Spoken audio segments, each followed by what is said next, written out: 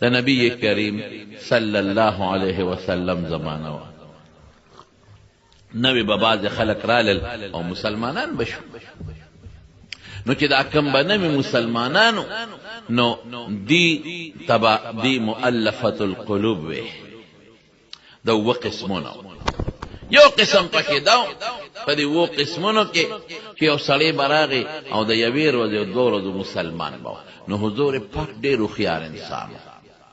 هغه به د داسې خلکو ډېر قدر کو عزت به یې کو دې دپاره چې ده خو لا زما عقیده او زما عمل او زما اخلاق د نږدې نه نه دي کتلې قرآن یې لا پوره نه دی اورېدلی نو هسې نه چې ته منډه ونه وی واپس لاړ نه شي د هغه به یې ډېر خیال ساته او ډېر قدر به یې کو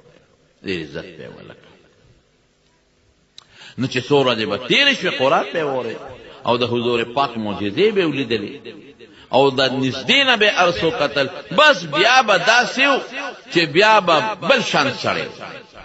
بیا به په تورو باندې او په نیزو په غشم د اسلام نه قدم خو څه کوي ویښته برابر نه رسته کېده. یو نوجوان راغی نوی لکو او مسلمان شو او چې څنګه مسلمان شو نو هغې ته خو هم پته وه چې دې نه له پیغمبر علیه السلام ډېره لوی اهمیت ورکوي. ورونو ګورې ټول صحابه ټول مسلمانان داسې نو ښه بعضې دا د مؤلفة القلوب یو قسم دی چې تاسو پېښ بعضې به قرآن ولید لکه به عقیده راسخه شوه به راغی بعضې به معجزات ولیدل لکه به عقیده راسخه شوه نو رابغی بعض انسان با د پیغمبر علیه السلام تلاوت واورید اثر به وکړ لکه به عقیده مضبوطه شوه رابغی. دا یو شیرزمه قلیله یو لږه غوندې طایفه یو ډله وه. دا نوجوان یو نوی راغی مسلمان شو او حضور پاک ته کېناسته. چې کېناسته نو د پیغمبر علیه السلام نه لومبی دا مطالبه وکړه وی صاحب زما پټې دی باغ مې دی او ستا یو صحابي دی د هغې صحابي سره زما پوله شریکه ده نو که تا مهرباني وکړه او زما او د هغه ستا د هغه زوړ ملګري صحابي دا پوله دې نیغه کړه نو دا به را سره ډېر خوږ. اوس پیغمبر ته ګوره پولې نیغولو ته ګوره لکه اوس ما له څوک راشي یا شیخ صاحب له راشي چې ته ما سره لاړ شه او دیوال لاله نیغ که پوله نیغه کړه یم کاکا د پټواري کور دې لیدلی ابوی چې نه یم ښه چانه تپوس وکړو که دې لیږي په جیب لږ یو پوټې لاس کېده او ډکې کا اول ته ورشه بدل ښه مزېداره پوله نیغه کړي پیس به نه وای. اوس مولا سره د پولې د نیغولو او مولا سره د دیوال د نیغولو څه کار دی؟ موږ اکثر خلک په دې خفه هلته به پټۍ په اجاره والي باغ به والي هغې کې به یا ګټه وکړي یا تاوان. استاد جي ما سره لږ په جرګه لاړ شه چې ما ته لږې پیسې پرېږدي باغ کې مې تاوان وکړه نیکبخته نو چې دې ګټه کړې وه نو چېرته مولا له راتلې چې استاد جي ګټه مې وکړه او دا 15 روپۍ پکې د مدرسې والا یا ډېره مې ګټه وکړه اوس دا پیسې والا هغه مالک له مې ورکړه چې هغه یو پوټې لږ غوندې خوشحاله شي خیر ما ډېرې وګټلې اوس تاوان دې وکړو چې بل له لاړ شو د هغه دړه نه یو خدای خبري چې مولوي صاحب نو ستا اوس دې سره څه کار دی؟ زه پیشم باغ میں پیشا او زه پیشم پټې میں پیش نو کېنه په دا خپل جومات کې کنه نو قدر مو کې وسوکو کنه دا کاکا خپه کېږي که زو بل خپه کېږي او څه خو زمونږ عجیبه لوبې دي په کچه کې باغونه پټې غېستل خو ځان له مسله بهر کې تمارونو. اوس هغه صحابي حضور پاک ته هغه نوجوان وی ماله به پوله نیغه او څو خيار ته ګوره کنه پوله به نیغه خو څنګه به نیغه وی دا هغه د باغ بلس بوټي مال راکې نو پوله به نیغه شي دې ته خيار وی دا نه چې د خدای په توره نیغه کا نه هغه ته به وی یو لس بوټي مال راکې نو زموږ هغه پوله به نیغه شي. نو ګوره ما خو د تمخ کې وی چې حضور پاک به دې خلکو سره ډېره گزاره کړه نو زمارونو حضور پاک ته هغه سړی وی چې مال پوله نیغه کا خدا سے نیغه کا چې دا غلس بوټي مال راکې. نبی علیہ السلام به چې دا سړی خو نوی مسلمان دی زودرګه خیر دی لس بوټي څه شی دی هغه بل صحابي راغوښت چې راوی غوښته نو هغه بوډا او سپینګری اوس بوډا سپینګری سره مسله خبرې کو ځان لغم نه هغه بوډای کنه کمزوري هغه خو دماغ کمزوري شوی نو حضور پاک هغه ته وای مرګري وې داستا غونډې دی وی کدی خوخه استوره د پوله به نیغه کو کاګدا خو ته به دا مهرباني وکړي چې ولس بوټي د کجوري دلا ورکا هغه بوډا صحابي وي د الله رسوله حکم کې اکه مشوره راکې که حکم کې نو قربان ستا د حکم نه زما ټول باغ قربان ولو ټول ورکړه او که مشوره راکې که نه نو صاحب ډېره خواري مې ورسره کړې ده نه میړه کېږي وی ښه داسې وکړه دا لس بوټي وله ورکړه او مونږ به بدل درکړو وی د الله رسوله حکم کې اکه مشوره راکې که حکم کې ټول باغ ورکړه بالکل د زړه د اخلاص یې وله ورکوم او که مشوره راکې که نه او مال اختیار راکې نو د الله رسوله نه میړه کېږي په بدل مې میړه کېږي حضور پاک ورته فرمایي وی ښه داسې وکړه دا لس بوټي ورکړه او زه ضمانت در کوم چې تاله به خدای د دې په عوض کې په جنت کې محل درکړي لاوس لس بوټي څه شي ضمانت در کوم الله جنت کې به محل درکړي بوډا صحابي څه وایي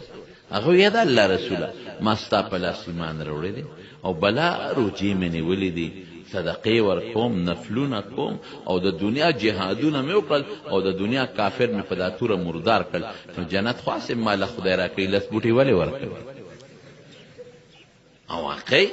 چې جنت د صحابه ذهني د چا وي صحابه کوم خلق دي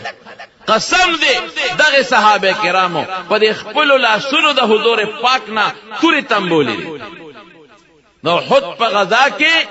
حضرت طلحه رضی الله عنه لاس اونیو سور لاس غزاره په دې لاس رالل دا لاس شل شو په حضور پاک دغه شپرین او صحابه با سینه مخکې کوله نحری دوله نحرک الله رسول شاته او درېګه غش راځي زما سینه دی ولګي خو چې ته بچ شي صحابه خواجبه قوم یو خزراله په یو جهاد کې او ماشوم سره د اورونه دی په دې لاس کې نیولې دی او نبی علیہ السلام ته ودرېدا وی دا الله رسول بیګا ټول شپه مې جړلې خیر دی ولی وی تنن جهاد دروانه یو جهاد دروانه وی ما ټول شپه جړل چې خدایا خاون مې یو جهاد کې شهید شوی دی خاون دم نشته چې وسره ولېګم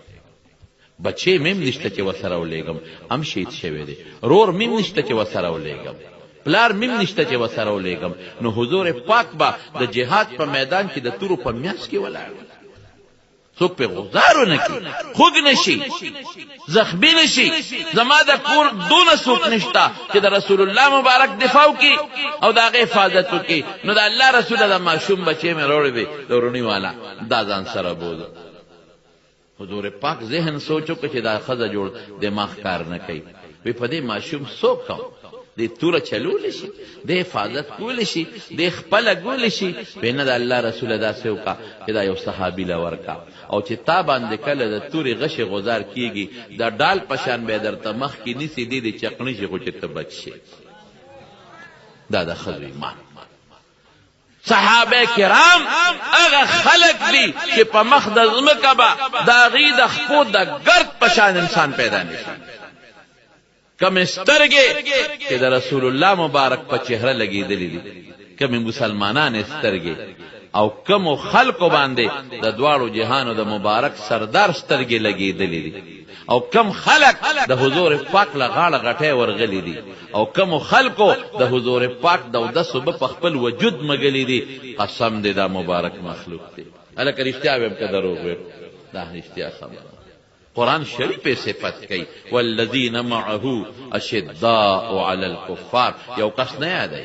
والذین معه مسلمان مراد دی معیت رسول الله والا اشداء علی الکفار رحماء بینهم تراهم ركعا سجدا يبتغون فضلا من الله ورضوانا سيماهم في وجوههم من اثر السجود ذلك مثلهم في التوراة ومثلهم في الانجيل كزرع اخرج شطأه فآزره فاستغلظ فاستوى على سوقه يعجب الزراع ليغيظ بهم الكفار وعد الله الذين آمنوا منكم وعملوا الصالحات منهم اجرا عظيما هم دغه خلق مراد صحابه كم خلق يا ايها الناس آمنوا كما آمن الناس ایمان بده ال معتبر کې د صحابي د ایمان پشانتي د مثال وتاو دا کسوټی شو دا غي ایمان ستاد ایمان معیار دی اغه نه دی په ایمان کې فرق ایمان نه دی مقبول دغه ایمان دی صحابه کرام. الایمان یمان والحکمت یمانیه. علماء ګڼې معنی کوي. یو معنی دا ده چې مراد تینا انصار د مدینه مراد دي. ولې دا یمن والا خلک، دا یمن نه راغلي خلک چې بند اوشتید او دوی راله د مدینې په ځمکه آباد شو. الایمان یمان، انصارو په شان ایمان وساته. ایمان دقه دی، علم دقه دی. بلکې بعض علما پکې مهاجرین هم ذکر کوي، ذکر دي نیکونام د یمن نه راغلي انصار او مهاجرین دي. نور معنی علماء کړي. صحابه بهر کې زمارونو. او د دې صحابي مثال وره، هغه وی چې ما خو جهادونه کړی دي، ما روجې نیولې دي، دنیا کافر مې مردار کړی دي، جنت خاصه مالا خدای راکړي لس بوټي ولې ورکړم. حضور پاک مسکی شو،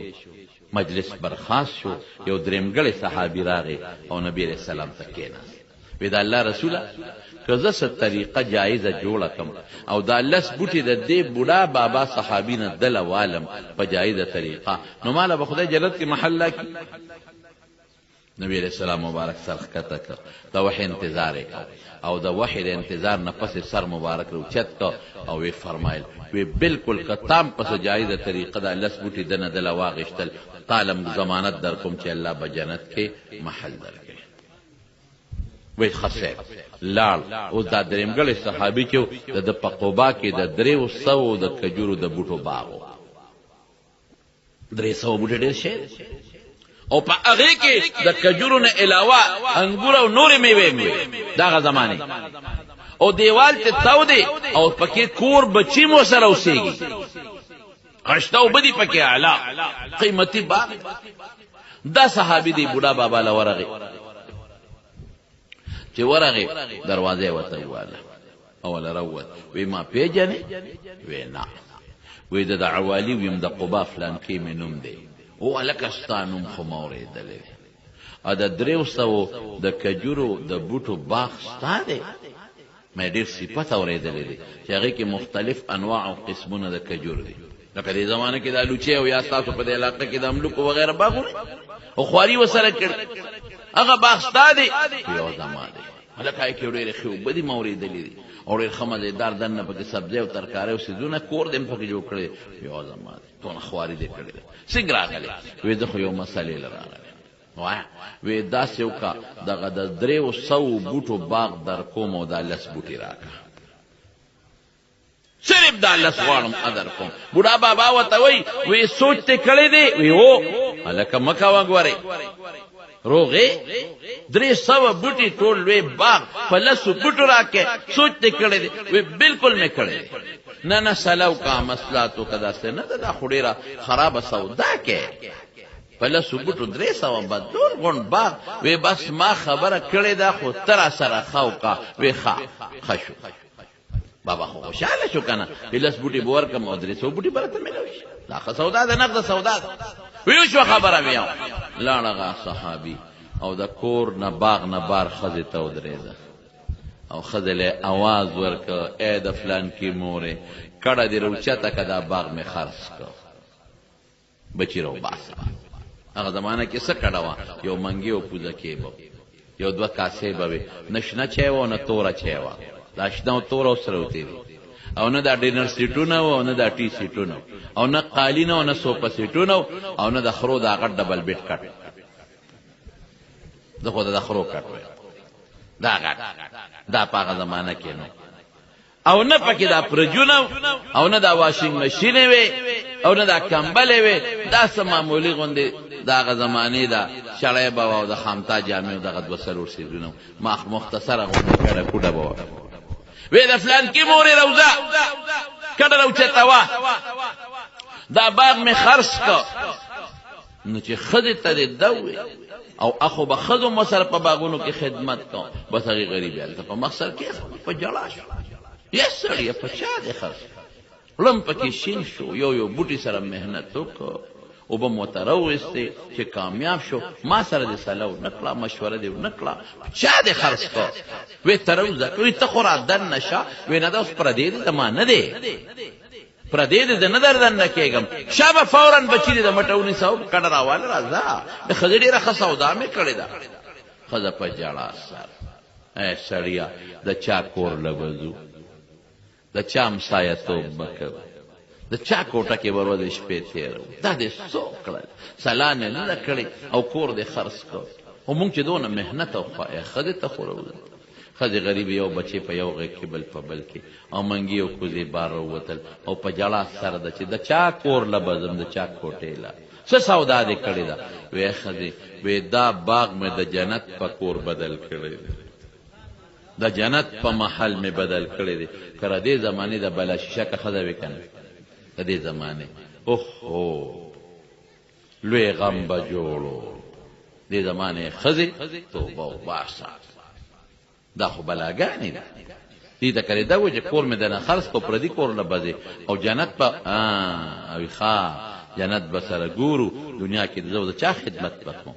جنت او جنت او جنت ځان له جنت ګټه که نه زه به څه کوم دې زمانې ښځې خو به دا درته دا خو بلاګانې ده هغه ښځه چې ده بار راووت او په ژړا سر او بهترینه سودا مې کړې ده د جنت په کور مې دا کور بدل کړی دی مطلب یې څه چې خدای نو په لار خیرات شو کړی دی مطلب شو او پردي کور لبزو بس ښځه حق دک نیغه ودرېده اوښکې ختمې شوې او خاوند ته وایي ای سړیه که په ژوند کې دې کومه قیمتي سودا کړې ده هغه دې همدغه کړې ده مبارک دی شه پردی ماشومان به لوبوم پردی کورونه به جارو کوم او پردی کور کې همسایه‌توب به کوم خو چې خدای په جنت کې محل راکړي صحابو مقصد به جنت و دنیا به نه و ځکه خو حضرت ابوبکر صدیق رضی الله عنه د تبوک په غزا کې چې څومره جمع پونچي وه ټولې حضور پاک ته کېښوده او حضرت عمر فاروق نیمه راوړه او ابوبکر ابو عمر وی نن زمانه کې ما سره مال ډېر و مې د ابوبکر صدیق نه به نمبر نه نوړم که خیر غلی ناستو خندلې چې ابوبکر خو ما ته معلوم دی هغه سره خو دې وخت کې څه نشته او ما خو شی ډېر راوړه حضور پاک د عمر نه تپوس وکړه خو هوښیار و وی عمره څونه مال دې راوړو وی د الله رسوله نیم مې راوړه او نیم مې بچو ته پرېښود وی ابوبکر څونه مال دې راوړو وی د الله رسوله چې کور مې سمونتل ټول مې راوړل وی بچو ته او ښځې ته څه پرېښودل وی الله او رسول چې الله شته روښ غمونه پښتانه وایي چې الله شته روښ غمونه نو سودا دې ته د صحابو نظر په آخرت او په دنیا نو هغې به چې اخر مې ښه شي دنیا به سره تېرېږي یا سل او یا شل خامخا ته روان یم ځان سره په سر نشم وړی دا به د صحابو سوچ نو چې راغې حضور پاک دې الوې وی صاحب مسله مې ولا حل کړه او دې ته ته ووایه چې هغه لس بوټي ځان ته برابر کړي دې نوجوان ته ووایه یو پوله دې نیغه کړي وی په څه طریقه دې برابر کړه وی هغه د 300 د کجورو باغ مې پکې ورکړه نو د دواړو جهانو سردار مبارک پته دو نه وي چې دا دې څه خطرناکه سودا وکړه بچي به دې څه کوي یو شل به دې ورکړو 10 به دې ورکړو سل به دې ورکړو بچو ته به دې د سر سورې پرېښو د حضور پاک نظرم په آخرتو ورته فرمایي وی ای ملګري وی زما دې قسم د الله په ذات دي زه دله ضمانت او ګرنټي برکوم خدای به په دې په بدل کې دله په جنت کې قیمتي باغ او محل درکوي